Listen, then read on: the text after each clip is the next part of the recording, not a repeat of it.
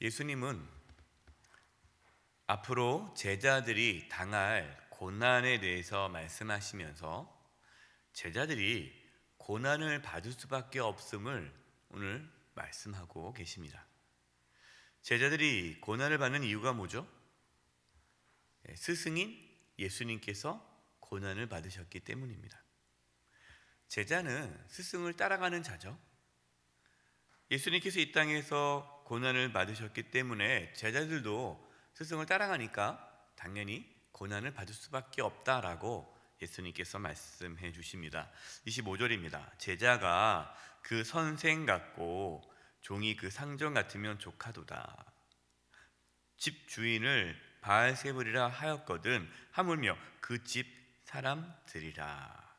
제자가 선생님을 따라가는 것, 스승을 따라가는 것은 당연한 것이고, 또 제자가 스승처럼 되는 것만큼 훌륭한 것이 없다라는 것이죠. 저와 여러분은 예수님의 제자입니다. 믿으시죠? 우리는 예수님의 제자예요. 그렇기 때문에 우리가 예수님을 닮아가는 거고 예수님처럼 살려고 애쓰는 거죠.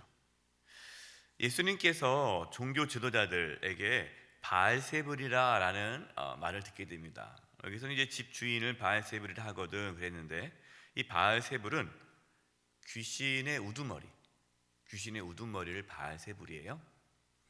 예수님께서 귀신을 내쫓고 병든 자를 고치니까 종교 지도자들이 뭐라고 비난을 했느냐?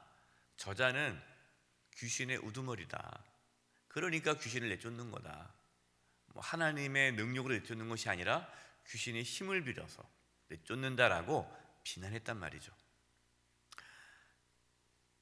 예수님도 바알세불이다, 귀신의 우두머리라라는 그런 비난을 받는데 하물며 제자들은 얼마나 더 많은 비난을 받겠느냐라는 뜻입니다. 예수님처럼 제자들도 비난과 정죄를 받는 것이 당연하기 때문에 그것으로 인하여 두려워하지 말아라 라는 말씀입니다. 그러면서 26절입니다. 그런즉 그들을 두려워하지 말라. 그들은 누구입니까? 예수님을 핍박했던 종교 지도자들, 예수님을 거부했던 유대인들, 복음을 받아들이지 않은 사람들이죠. 그들을 두려워하지 말라. 감추인 것이 드러나지 않을 것이 없고 숨은 것이 알려지지 않을 것이 없느니라. 이 말은 감추어진 것이 드러나져야 된다. 이 감추어진 것은 복음을 뜻합니다. 그동안 복음은 감추어졌어요. 구약에서는 감추어진 거죠. 하나님의 구원, 그 구원의 놀라운 계획은 감추어졌어요. 물론 선지자들을 통해서 하나님께서 예언을 하셨죠. 많은 선지자를 통해서 예수님을 보내주시고 그 예수님께서 고난받을 것을 미리 말씀해 줬지만 이것은 감추어진 거죠. 그러나 이제 예수님이 오시고 이제 십자가를 지시기 시작하면서 그것이 드러나게 된 거고, 예수님이 죽으시고 이제 부활하심으로 그 모든 감추어졌던 그 복음의 비밀이 이제는 온 천하에 알려지게 된 거다라는 거죠.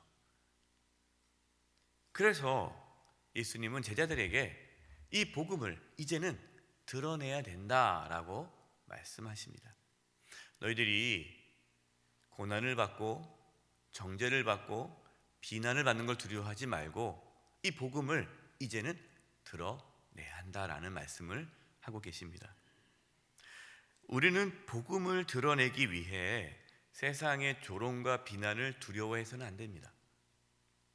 왜냐하면 복음만이 구원을 주시는 하나님의 능력이 되기 때문입니다. 우리가 복음을 부끄러워한다면 우리는 복음을 모르는 자들이죠.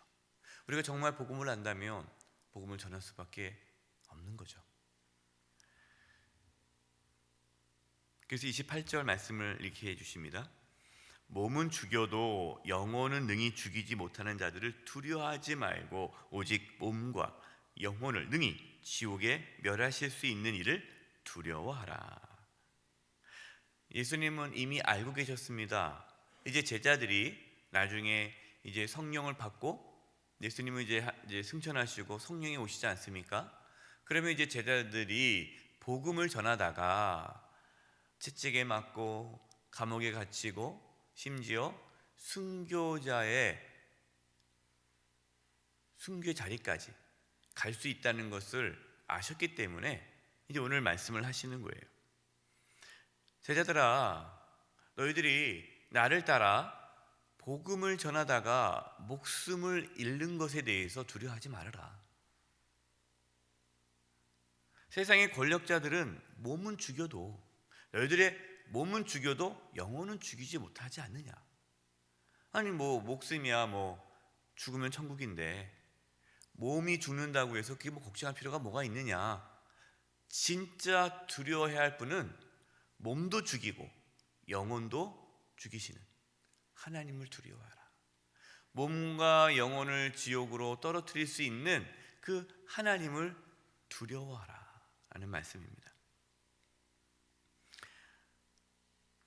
여러분, 우리가 이 땅에 살아가면서요, 우리가 두렵지 않은 이유는 우리가 여기서 이 세상에서 죽기보다 더 하겠습니까? 죽으면 천국인데 죽기보다 더 하겠느냐라는 생각을 가지면 두려울 것이 없어요. 염려될 것도 없고 걱정도 없습니다. 삶을 포기하자는 뜻이 아니라 우리는 영원한 생명이 있기 때문에, 천국을 소망하기 때문에 마치 이 땅의 삶이 전부인 것처럼 두려워하고 염려하며 살아가면 안 된다는 것이죠.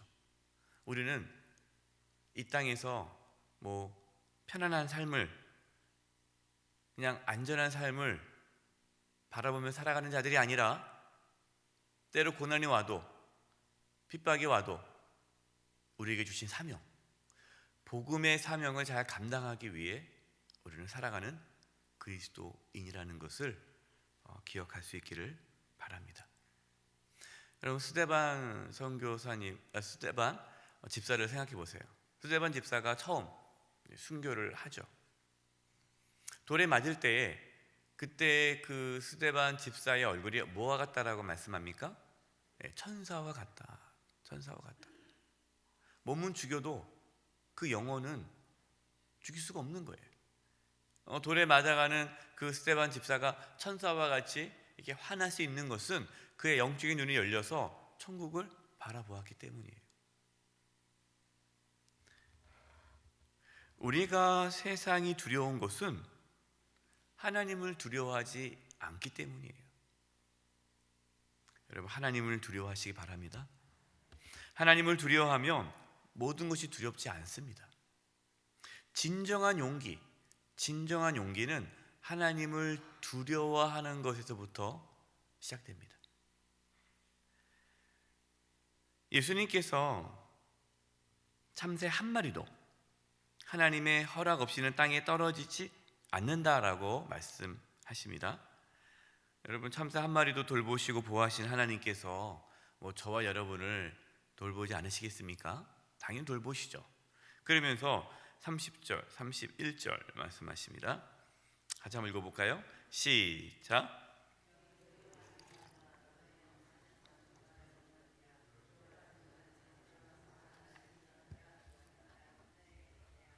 네, 30절, 31절 잘 읽으셨나요? 30절, 31절? 네, 너희에게는 뭐까지? 머리털까지 세신 바 되었다. 두려워하지 말라. 너희는 많은 참새보다 귀하다. 여러분, 하나님께서는요, 우리의 머리털까지 다 세셨다. 이게 무슨 말입니까? 우리의 모든 것을 다 알고 계신다는 거예요. 우리의 상황과 처지를 하나님은 아십니다. 그리고 우리를 지켜주시고 보호해 주십니다. 그렇기 때문에 두려워할 필요가 없다라는 거죠. 근데 우리는 여기서 궁금한 것이 있어요. 아니, 하나님께서 하나님의 자녀의 머리털까지 다 세신 바 된다고 말씀했는데 왜 제자들은 감옥에 갇히고 매를 맞고 순교를 당하게 되었을까요? 지켜줘야 될 거 아니에요. 하나님께서 제자들을 지켜주셔서 매도 안 맞고 감옥에 안 갇히고 목숨을 잃지 않도록 지켜주셔야 되잖아요. 하나님의 보호하심과 인도하심이 있다고 해서 고난이 없다는 뜻은 아닙니다. 예수님의 제자들이 복음을 전하다가 고난을 받고 순교의 자리로 나아가는 것은 예수님의 고난에 동참하기 위해서예요. 하나님 우리를 지켜주시고 보호해 주시는데 무조건 어떠한 고난도 어려움도 일어나지 않도록 하신다라는 뜻이 아닙니다. 만약에 그렇게 우리가 이해를 한다면 우리가 이해가 안 되는 게 참 많아요.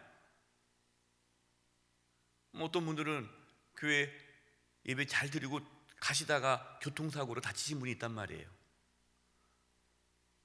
또 교회 일 하다가 다치는 분도 있단 말이죠. 그러면은 하나님이 안 지켜준 겁니까? 그것은 아니죠.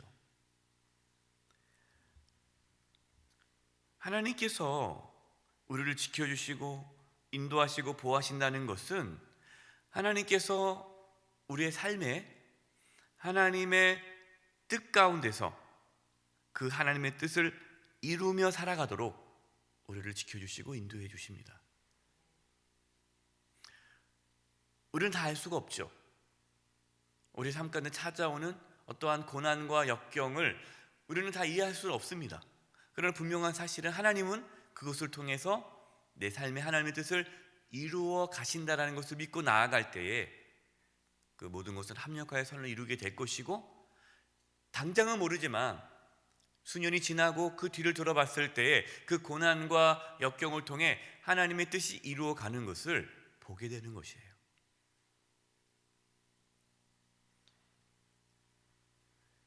하나님께서는 저와 여러분이 끝까지 하나님을 섬기고 주신 사명을 이루어 갈 수 있도록 저와 여러분을 보호하시고 인도해 주실 것입니다. 32, 33절입니다. 누구든지 사람 앞에서 나를 시인하면 나도 하늘에 계신 내 아버지 앞에서 그를 시인할 것이요, 누구든지 사람 앞에서 나를 부인하면 나도 하늘에 계신 내 아버지 앞에서 그를 부인하리라. 지난 주일 말씀에서 나눴던 말씀이죠. 우리는 매 순간 예수님을 인정하는 삶을 살아야 됩니다. 내 자신에게도 인정하고 또 우리 가족들 앞에서도 주님을 인정하는 삶을 살아야 돼요. 그리고 만나는 사람들마다 그 사람들 앞에서 주님을 인정하고 고백하는 삶을 살아가야 합니다. 그럴 때 우리는 주님과 동행하면서 이 땅에 살게 될 것이고, 그리고 우리가 하나님 앞에 서게 될 때에 우리 주님께서 내가 너를 안다라고 받아 주실 것입니다. 신앙생활은 단순합니다.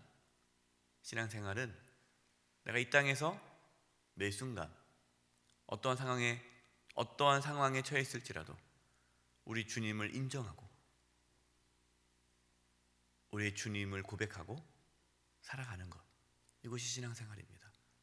오늘도 우리와 함께 하신 주님을 고백하고 인정함으로 주님과 동행하는 복된 하루 되기를 간절히 축원드립니다. 기도하겠습니다. 하나님 아버지, 저희들에게 믿음을 부어주셔서 주님 따라가는 삶을 살게 해주시고, 우리에게 고난과 역경이 찾아와도 복음을 전하며 예수님을 증거하며 예수님을 시인하며 주님과 동행하며 살아가는 저희 모두가 되게 하여 주시옵소서. 세상을 두려워하지 않게 해주시고 하나님만을 두려워하며 우리에게 주신 사명 이루며 살게 하여 주시옵소서. 예수님의 이름으로 기도드립니다. 아멘.